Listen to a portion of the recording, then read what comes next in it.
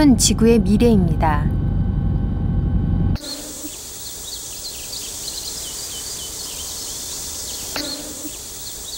숲은 지구 육지 면적의 31%에 불과하지만 지구에 사는 생물의 3분의 2가 숲에 의존해 살아갑니다.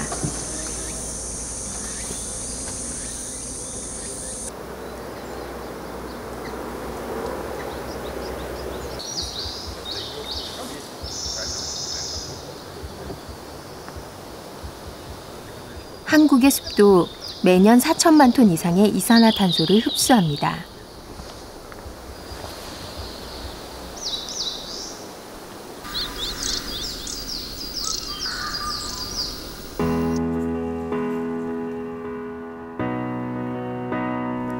그러나 숲이 사막화되고 있습니다. 전 세계적으로 해마다 남한 면적보다 더 넓은 13만 제곱킬로미터의 숲이 사라지고 있습니다. 지구온난화로 인한 환경재앙, 그 유일한 대안은 숲입니다. 나무를 길러 자원으로 활용하려면 평균 50년 이상이 걸립니다. 숲을 살리려면 나무를 심고 가꾸는 일도 소중하지만 한 번 쓴 나무를 어떻게 재활용할 것인지가 더욱 중요합니다. 한 번 쓰고 불태워지는 나무들, 이 목재 자원을 어떻게 생명순환할 것인가? 그 해답 속에 숲의 미래가 있습니다.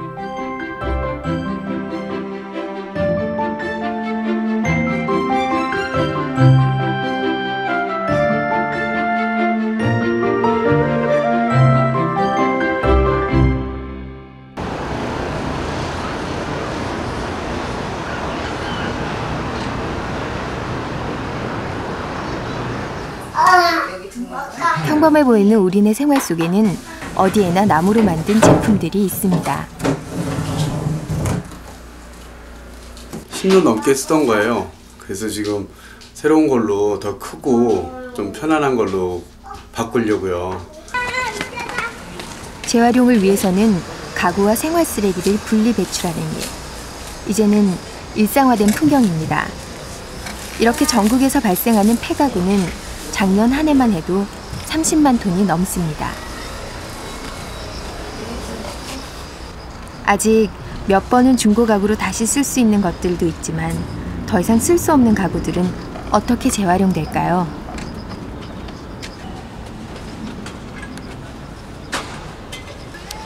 되게 비싸네. 이제는 가구를 살 때뿐만 아니라 버릴 때도 비용을 지불하는 시대가 되었습니다. 지난해 가구를 버린 시민들 중에서 약 78%가 이렇게 스티커를 붙여 배출한 것으로 조사됐습니다.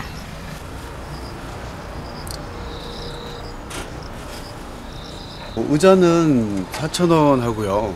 책상은 5,000원 해요. 생각보다 굉장히 비싼 것 같아요. 그래서 그 비용 정도를 들여서 수거해 간다면 굉장히 유익하게 어딘가에 쓰이지 않을까 싶고요. 중고 가구들을 선별한 후 나머지는 이렇게 폐목재 가공 공장으로 들어옵니다.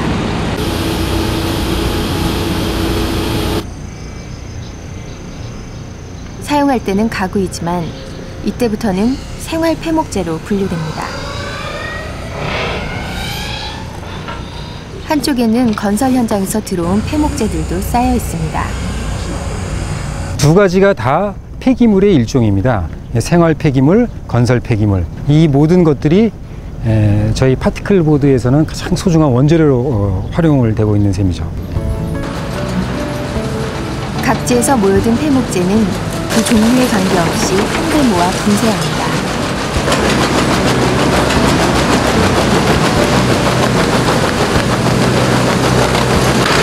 이렇게 폐목재를 가공해 팔키나 보드를 만드는 방법을 물질 재활용이라 합니다.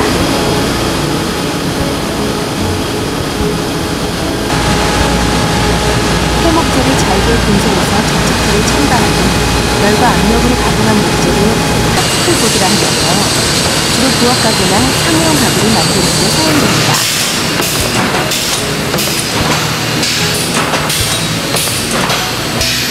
폐목재가 새로운 나무를 재탄생해주죠. 일반적으로 가구나 싱크대를 파쇄해서 다시 파티클보드라는 제품으로 만들고, 이 파티클보드는 또다시 가구나 싱크대의 주 원료로서 활용이 되어지고 있습니다.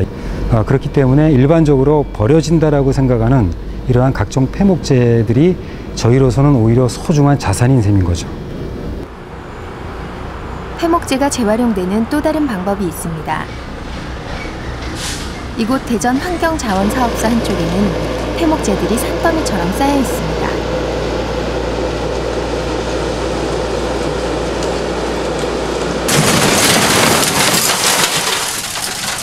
대전광역시에서 발생하는 폐가구들은 모두 이곳으로 모여드는데요. 가구 표면에는 페인트와 코팅 등이 남아 있습니다.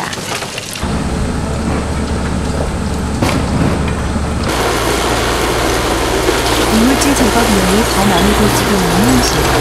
이곳에서는 물질 재활용 대신 다른 방식을 채택했습니다.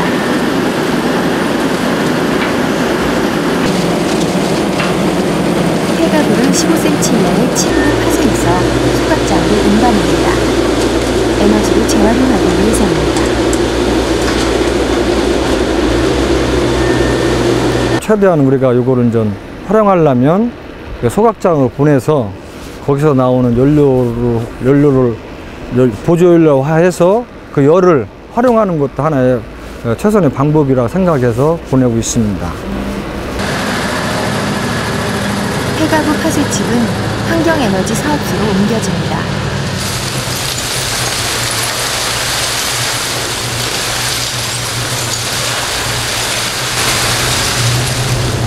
이곳에서 소각되는 가연성 쓰레기는 하루 400톤. 그 위에 폐목재 파쇄칩을 섞어서 소각로의 보조연료로 사용합니다.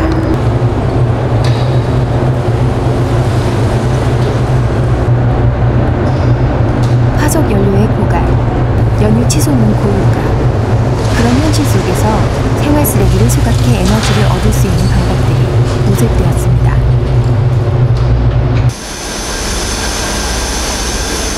이곳에서 생활 쓰레기와 폐목재를 소각시키면 850도 이상의 연소가스가 발생되는데요. 이것을 폐열 보일러에 통과시켜 스팀을 생산해냅니다. 바로 이 스팀을 열병합 발전소에 판매해 연간 40억 원 정도의 수익을 올린다고 합니다. 이곳이 소각장 인근에 있는 열병합 발전소입니다.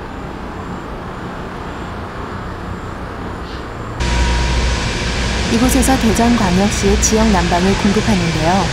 석유와 석탄이 모두 부족한 현실에서 폐목재는 에너지를 얻을 수 있는 또 하나의 방법입니다.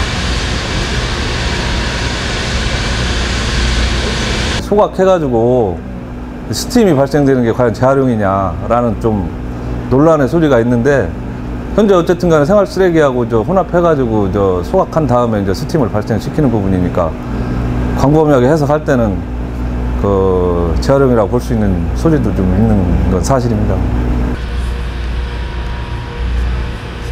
소각되지 못하는 불연성 쓰레기는 이곳 매립장에서 처리됩니다. 그러나 이곳에 반입되는 쓰레기 중에는 가연성 폐기물들도 다수 포함되어 있습니다.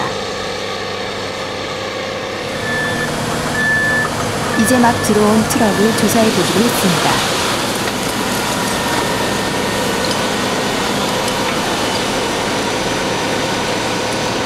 생활 쓰레기들 속에 폐목재들이 섞여 있는데요. 시민의식의 실종, 무단 투기된 것들입니다.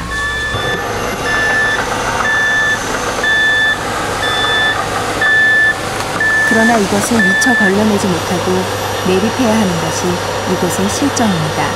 저희가 소각 능력이 400톤입니다. 그렇기 때문에 그 나머지 소각하고 남는 나머지 쓰레기는 들어올 수밖에 없기 때문에 저희들이 가연성 쓰레기도 받아서 지금 현재 매립하고 있는 실정입니다. 더욱 심각한 것은 일부 지역에서 벌어지고 있는 건설 폐목재 불법 처리 실태입니다. 한국목재재활용협회 감시단과 함께 현장을 취재해보기로 했습니다.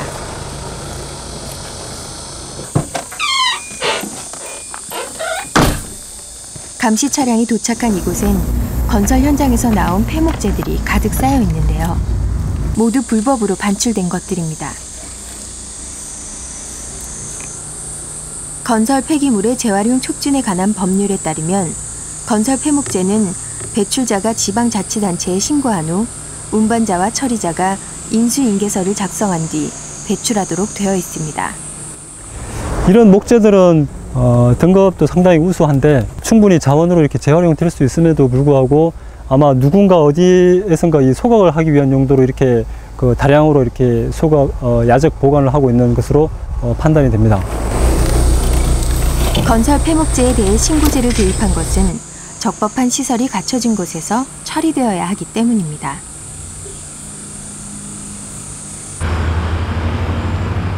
그러나 현실은 어떨까? 한 건설 현장에서 나오는 트럭을 따라가 보기로 했습니다.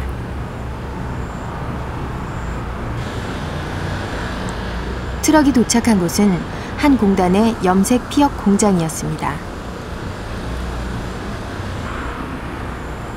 무단 반출된 폐목재들은 이곳에 쌓여 연료용 목재로 불법 소각되고 있었습니다.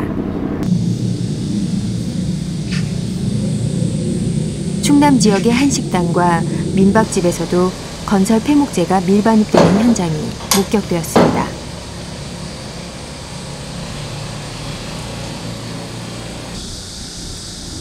소각시설이나 소방방제시설이 되어 있지 않은 곳에서 건설 폐목재를 소각하게 되면 대기오염의 원인이 됩니다.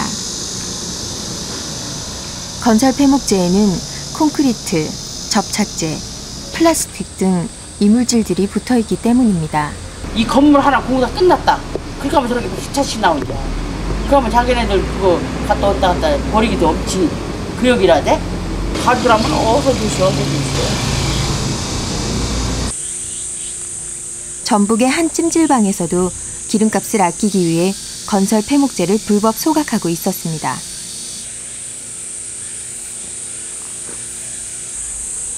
에너지나 물질 자원으로 재활용되어야 할 폐목재들이 대기오염의 주범이 되고 있는 것입니다.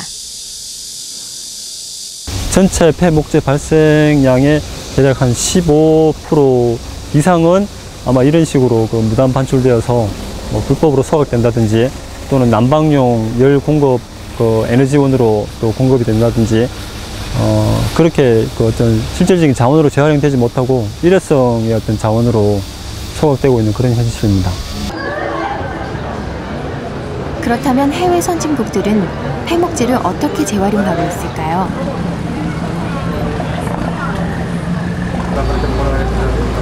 이탈리아 최대 항구 도시 베니스. 지중해 무역의 중심지였던 이곳엔 산과 숲이 거의 없습니다.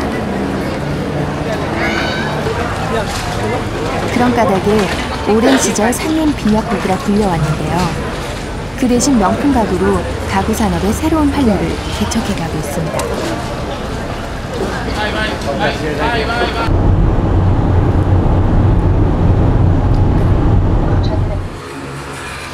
베니스 외곽에 위치한 돌로 지역. 이곳에서 우리는 이탈리아 명품 가구들을 만날 수 있었습니다. 장인들이 만든 고품격 가구. 예로부터 지중해를 대표하던 고전주의 예술 감각이 돋보입니다.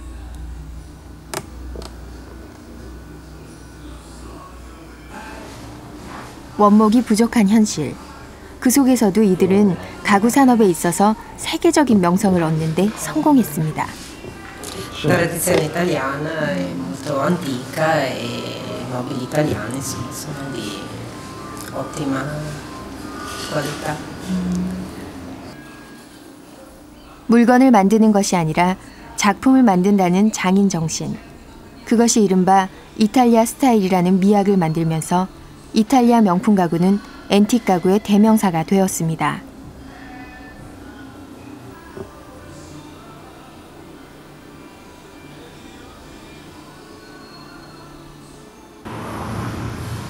그러나 앤틱 스타일 못지않게 최근에는 모던한 디자인이 이탈리아 가구 업계에 새바람을 일으키고 있습니다.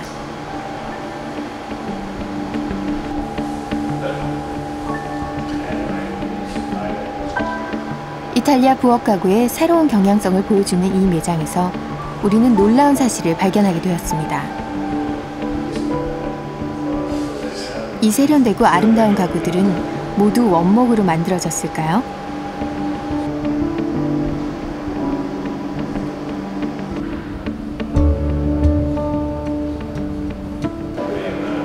명품 가구라 해서 모두가 원목 가구는 아닙니다. 이 가구들에는 모두 폐목재를 재활용한 가공 목재가 사용되었습니다.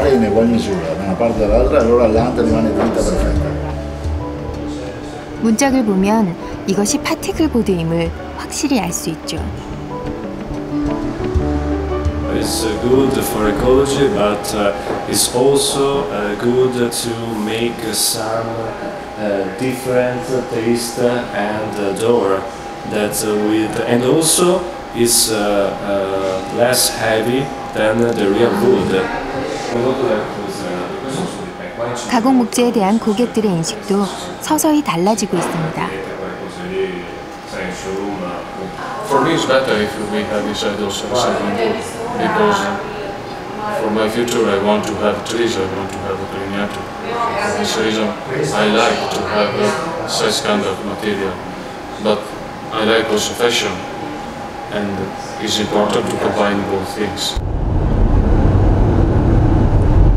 그렇다면 이탈리아 명품 가구에 사용되는 파티클 보드는 어떻게 만들어질까요?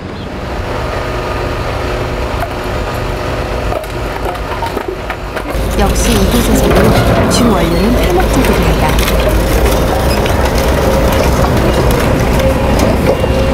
나무 자원이 턱없이 부족한 현실에서 쓸만한 폐목재는 모두 수집합니다. 금속이 다량으로 붙어있는 폐목재도 대환영입니다.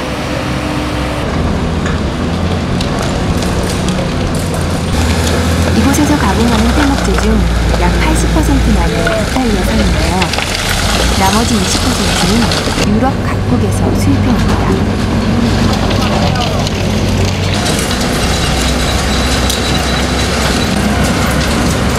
독일, 오스트리아 등 주변 국으로부터 연간 40만 톤의 폐목재를 수입합니다.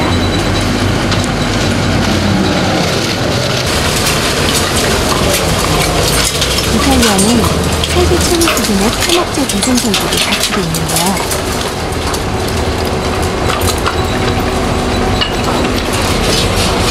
금속이 묻힌 폐목재도 마다하지 않습니다. 바로 여기 있습니다. 폐목재에 붙어있는 시멘트와 플라스틱, 이물질들을 걸러낼 수 있는 기술이 세계 최고의 수준으로 꼽힙니다. 이들은 유럽 각국으로부터 폐목재를 싼값에 수입합니다. 그 이면에는 기술력에 대한 자신감이 숨어 있습니다.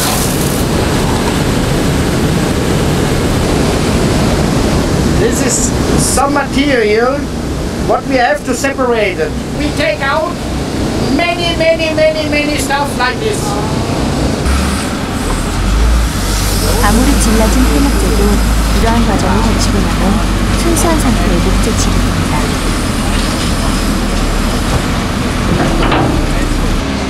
This is our fresh wood chips. No stones, no plastic, no sand. 산도 적고 나무도 부족한 현실.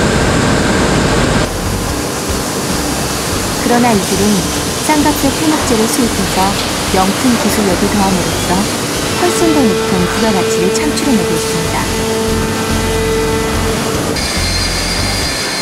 비싼 원목을 수입하는 대신 이탈리아는 폐목재 재활용 기술을 연구, 개발하는 데 박차를 가해왔습니다. In Italy, we have this material, this recycled board, available quite easily because the industry has developed already since 10 years due to the limitation of natural wood available. In the past, it was considered quite a special board, maybe low quality, but in these days, with a restriction on the utilization of natural wood, is becoming a very important resource for the industry. 이탈리아는 산림 빈약국이라는 단점을 폐목재 재활용 기술을 통해 극복해냈습니다. 그것이 지구 환경을 살리는 미래형 기술이라는 것을 이들은 잘 알고 있습니다.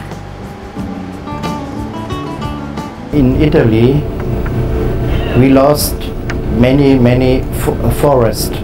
We have no many trees, so we have to research development for other type of material to make also in the future panels with a high quality and quantity. So this is our idea for the future. 폐목재 재활용을 통해 산림 부족 현실을 극복한 또 다른 나라가 있는데요. 바로 일본입니다. 한국의 집들이 주로 아파트인 것에 비해 일본은 주로 목조 건물이 많습니다. 후쿠오카의 한 가정집. 일본의 여느 가족처럼 평범한 일상이 함께합니다.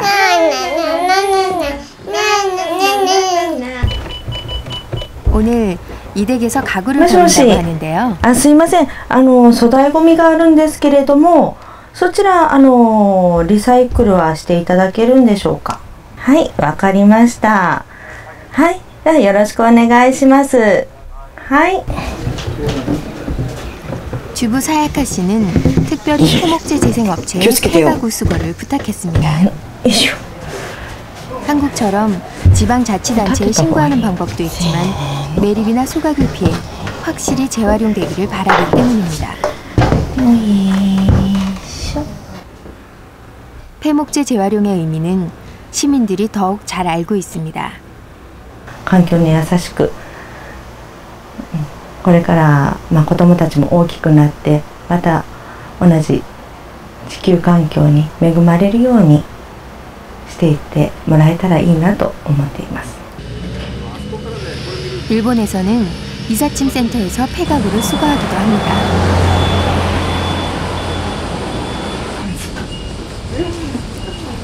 이사할 때 버린 가구를 폐목재 재활용 업체에서 마련해 놓은 컨테이너 박스에 옮겨다 주는 서비스입니다.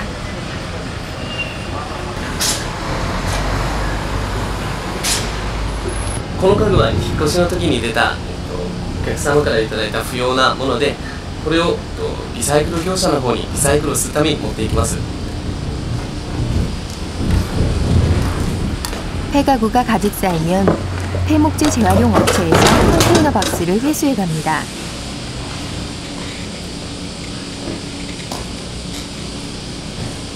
목조 건물이 많은 일본에서는 일찍부터 건설 폐목재 재활용 시스템을 전개해 왔습니다. 오늘 이곳에서는 목조 건물 한 채가 해체되고 있는데요. 이때 얼마나 많은 폐목재가 발생할까요?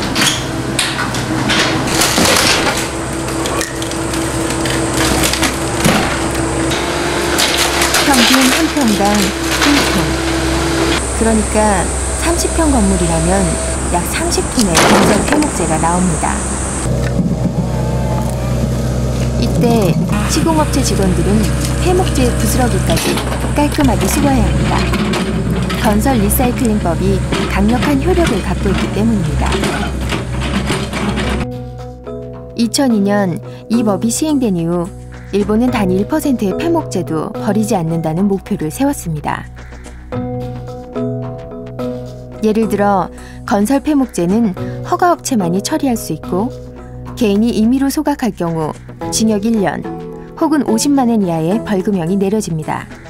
建設リサイクルに関わる届出書を1週間7日前までに市役所もしくは福岡県庁に提出をしなければいけません。でそれを行わないと罰金もしくは懲役刑になりますので、あと建設業の許可を持っている業者であれば建設業の許可を取り消されますので、違法解体および不法投棄はできない状態となっております。 그렇다면 이렇게 모아진 건설 폐목재들은 어떤 과정을 거쳐 재활용될까? 트럭을 따라가 보기로 했습니다.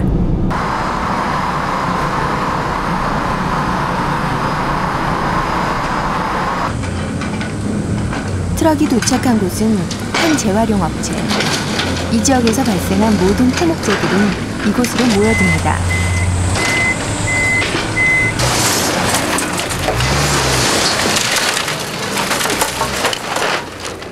제일 먼저 눈에 띄는 것은 1등급 이상의 건설 폐목재들, 재활용 가치가 높은 자원들입니다.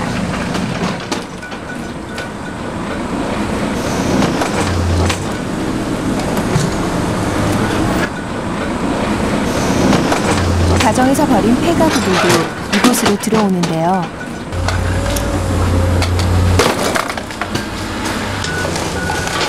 전화로 접수하면 출장을 나가 수거해야 합니다. 한쪽에는 숲을 가꾸고 버려졌던 부산물들, 이름하여 인지전재들이 쌓입니다. 이런 숲 가꾸기 부산물들은 정부가 다양한 방법으로 특별 지원합니다. 今まではもう山に置いたまんまだったけど、結局それを山から出すことによってそれを燃料チップにすると。じゃあその燃料チップにすることに対してその搬出の費用を国が助成金を出したりとか、あるいはチップにする破砕機に助成金を出したりっていうのはあるんですけど。 후쿠오카 전역에서 발생한 폐목재들은 그 종류와 관계없이 이곳으로 옮겨져 파쇄됩니다.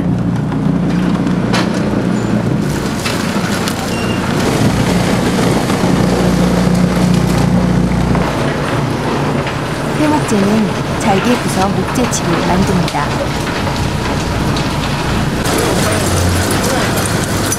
건설 폐목재에 붙어있던 금속들은 강력한 자석을 이용해 자동 분리합니다.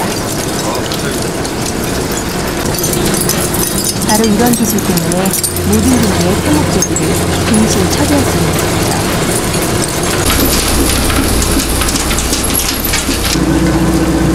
파쇄된 목재칩은 다시 한번 이물질을 걸러냅니다.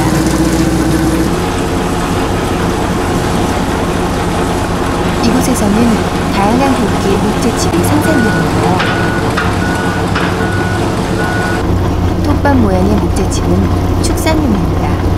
畜産農家さんにそれぞれ牛や豚とか鳥なんかの敷き藁に使っていただいて、でそこで糞尿と混ぜてそれを堆肥として近くの農家の方とか周りの方に売却したり分けたりしてるみたいですね。はい。 발전용에서부터 제지용에 이르기까지 재활용할 용도에 맞게 목재칩의 종류를 달리 생산하는데요. 이곳에선 모두 4종류가 만들어집니다.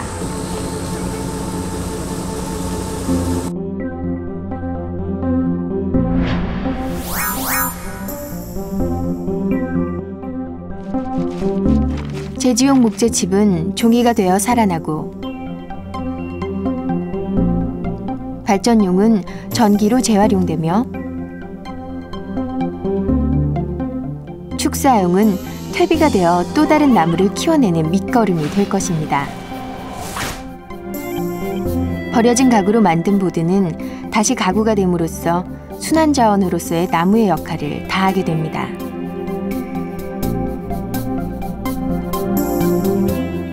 기구は燃やさないで再使用リサイクルするようにしようということでおいおい法律が変わってきてですね、それで非常に追い風になったという状況ですね。で今は大体日本中木の廃木材のリサイクルはリサイクル率 90% ぐらい 80から 90% もできております。 폐목재 재활용률 90%. 그 놀라운 성과와 함께 일본은 인공림 조성에도 성공했습니다. 산림 빈약국이라는 현실에서 벗어나기 위해 일본은 2차 세계대전 이후 본격적인 숲가꾸기 사업을 펼쳐왔는데요. 이곳 미야자키현만 해도 숲가꾸기를 위해 1년에 150억 원 이상을 투자합니다. 조림 사업도 처음부터 경제림을 계획하고 삼나무를 심었습니다.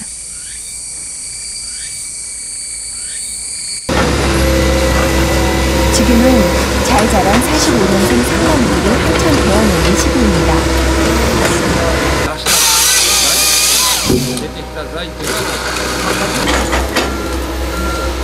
이제 일본은 원목 생산을 통해 국내 자금률을 달성했습니다.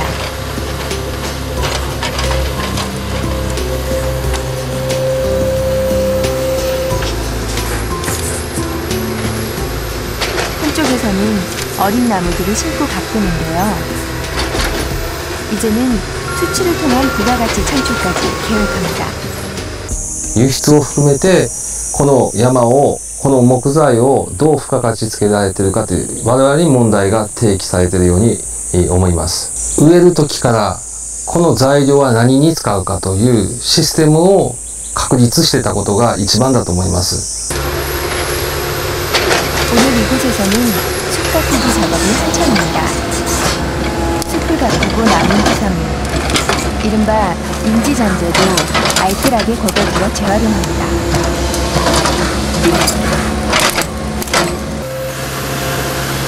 폐목재 재활용에 성공할 때 숲의 미력이 밝다는 것을 이들은 경험으로 알게 되었습니다. 日本が今、林業がそう大したことではありませんけど資源がたくさんあること、要するに 200% 自給できる状況にありますので、それは、将来非常に嬉しいことだと思いますけど。 나무 한 그루가 자라나 목재로 쓰이기 위해서는 평균 50년이 걸립니다. 나무는 공산품이 아니라 긴 세월로 키워내는 생명 자원이기 때문입니다. 한 번 쓰고 소각해버리는 소비재가 아니라 지속 가능한 순환 자원. 일본은 바로 그 나무의 가치를 잘 알고 있습니다. その循環資源ですので、またいくら使ってもですね、きちんとその植えることによってまた再生可能なエネルギーということでですね、いくらでもできるという、化石燃料、石油とかですね、そういったものはもう使えばなくなってしまいますので、そういったものから考えるとやっぱり木材というのはですね、そういう資源というのは大変重要だというふうに考えますね。はい。 나무를 통해 부가가치를 창출하는 대표적인 산림 강대국이 러시아입니다.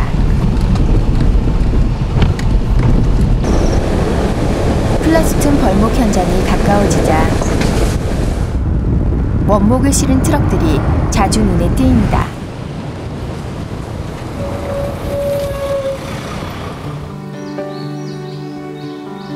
곱게 뻗어 올라간 전나무숲. 러시아가 산림 강대국이 될 수 있었던 것은 울창한 숲과 질 좋은 나무 자원 덕분입니다. 특히 이곳 플라스툰은 토양이 비옥하고 전나무가 자라기에 알맞은 기후 조건을 갖추고 있는 것으로 유명합니다.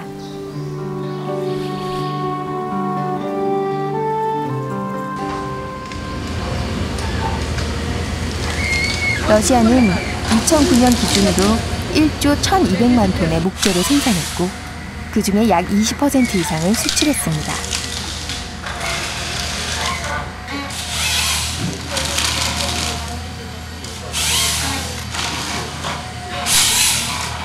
이 벌목장에서만 해도 한 해 3만 그루 이상의 원목을 베어냅니다. 그 중에 70% 이상은 한국으로 수출되죠. 그러던 지난 2007년 러시아는 극기와 원목 수출세를 25% 인상했습니다. 당초 목표는 80%까지 올릴 계획이었으나 EU 회원국들의 반발로 한 걸음 물러섰습니다. 러시아는 이렇게 나무 자원을 무기화하고 있습니다.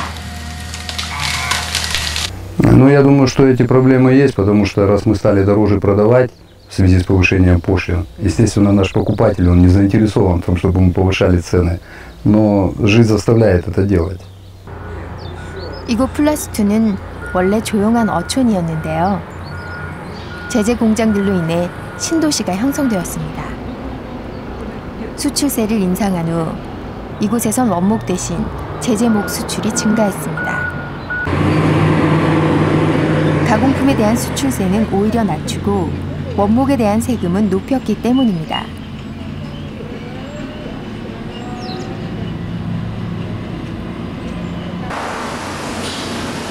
지난 2009년까지 이곳에서는 한국에 원목 5만 600m 정도를 수출해왔습니다. 그러나 지금은 제재목과 백여판을 수출합니다. 작은 상품 수출을 통해 원목의 유출을 막는 것과 일자리를 창출하고 수출 수익을 올리고 있는 것입니다.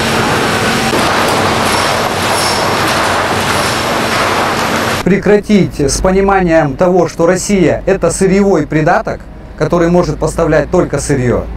Скажем так, все параметры экономической эффективности повысить по отношению к круглому лесу. 이곳의 주요 수출 대상국은 아시아 태평양 지역, 중국과 일본, 그리고 한국입니다.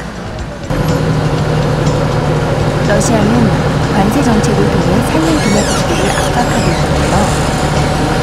이제는 원유뿐만 아니라 나무를 가진 나라가 권리를 행사하는 시대입니다.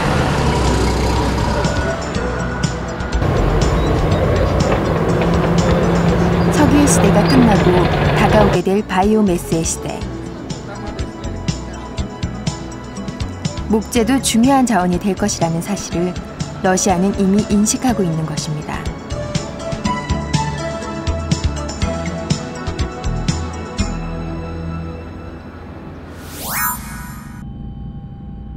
그렇다면 우리도 나무를 통해 부가가치를 창출해낼 수 있을까?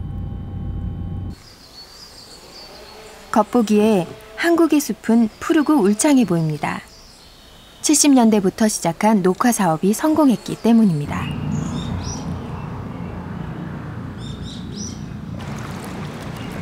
그러나 실제로 숲속에 들어가 보면 경제목이 매우 적다는 것을 발견하게 됩니다.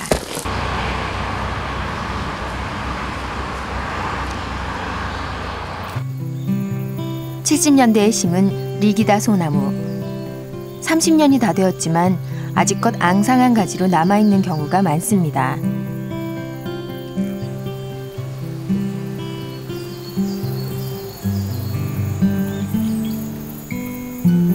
리기다 소나무는 원목 생산을 위한 조림이었다기보다 토양에 힘을 길러주기 위한 선택이었습니다. 이 지역이 보시면 아시겠지만은 이 토양 자체가 이 굵은 모래가 많이 섞여가지고 습기를 흡수할 수 없는 그런 토양이 되어 있습니다. 그래서 약 한 40년 전에 단기간에 이제 녹화를 하기 위해서 리기다나무 소나무를 심었는데요. 실제로 이제 단기간 녹화하려고 했던 그 목표는 다 이미 달성이 됐고, 그 다음에 이제 토양이라든지 이런 데 이제 하청 식생 또 낙엽 이런 게 쌓이가 토양 개량이 어느 정도 됐기 때문에 이제 앞으로는 낙엽송이라든지 잣나무 등 그 경제성이 있는 수종으로 갱신하려는 그런 계획을 갖고 있습니다. 숲 가꾸기에도 문제점들이 노출되었습니다. 햇볕이 들지 못하는 숲속, 가지치기와 솎아내기를 통해 길러낼 나무만을 집중 육성하지 못한 결과입니다.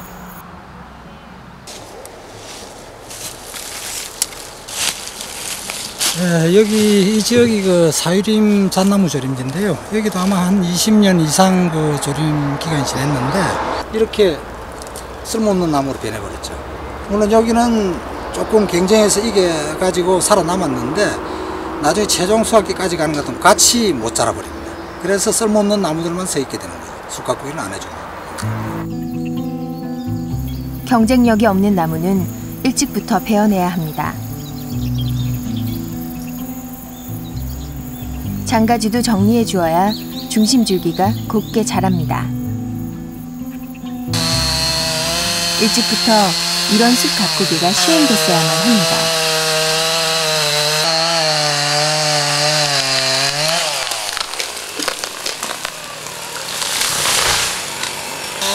심어만 놓고 관리가 소홀했던 것이 우리 숲의 현 주소입니다.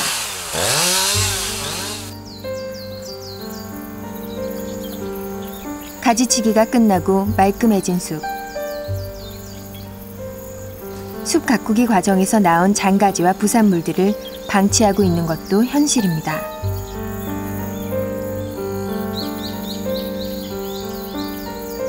그건 운반비 때문에 그렇습니다. 예. 이거를 이제 수집해서 운반할 수 있는 임도까지 끄집어내야 되는데 활용해서 그 나오는 그 부가가치가 더 많으면은 끄집어낼 수 있지만 지금은 그거보다 이제 끄집어내는 비용이 더 많이 들기 때문에 그냥 방치 상태로 그냥 산에 그냥 버려지는 상태입니다. 임지잔재를 수거하려면 숲까지 갈 수 있는 길이 있어야 합니다. 그러나 우리나라는 산 아래 사유지가 많아 임도를 건설하는 일이 그리 쉽지만은 않습니다.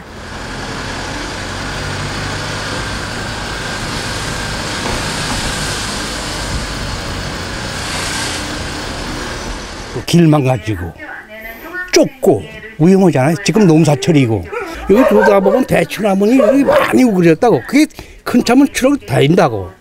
그거 막아주면 가만히 있겠어요? 자기도 돈 다음 10원이라도 들여서 한 건데. 길이 없는 현실. 차가 숲으로 들어갈 수 없기 때문에 베어낸 나무는 도르래를 이용해 운반하기도 합니다.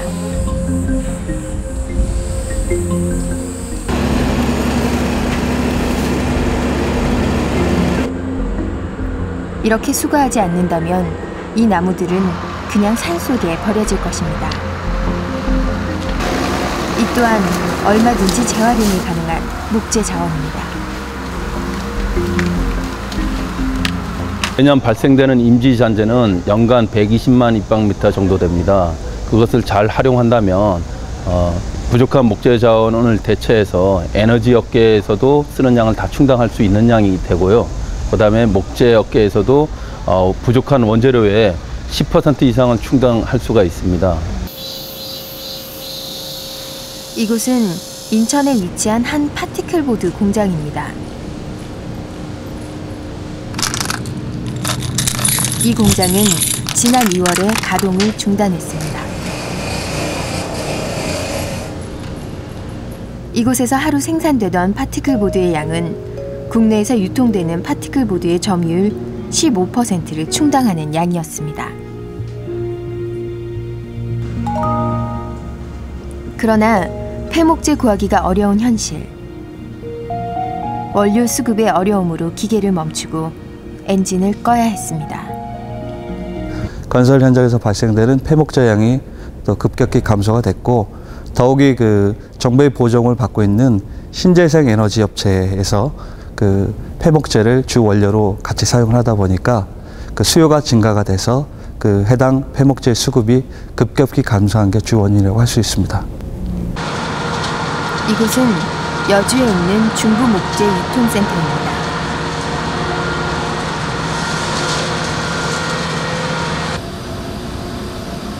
제주도를 제외한 전국의 원목들이 모두 이곳으로 모여듭니다. 원목으로는 제재목을 만들고 그 부산물과 불량 원목들은 재활용하게 됩니다.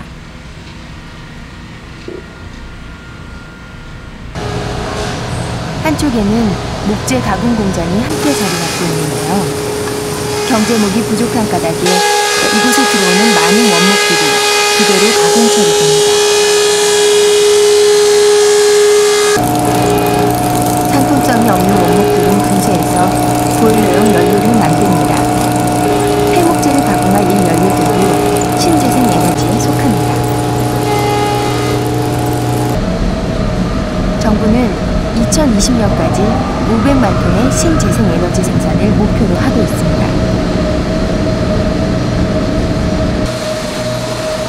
그 양을 채우기에는 이곳에서도 원재료가 턱없이 부족한 시점. 연료용 목재 펠릿을 안정적으로 공급하기 위해서는 폐목재를 수입해야 할 상황입니다.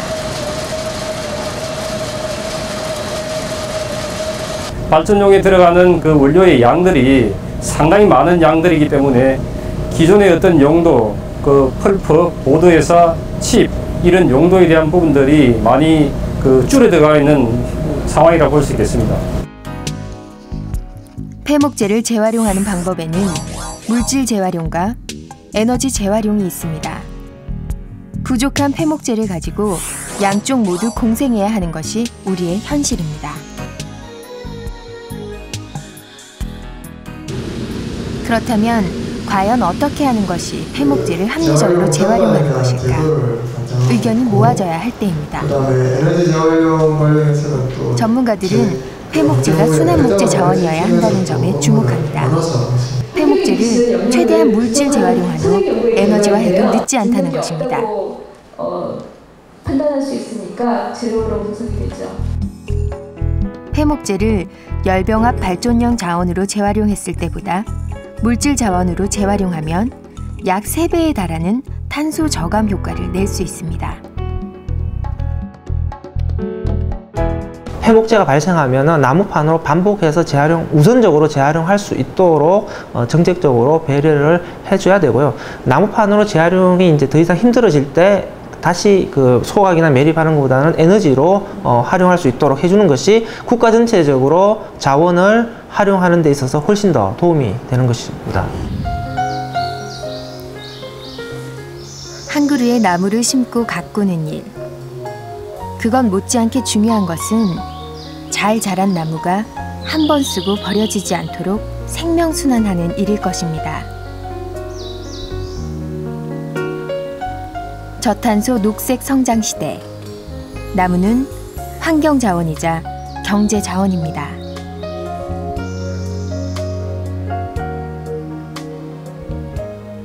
폐목재를 순환자원으로 재활용하는 일.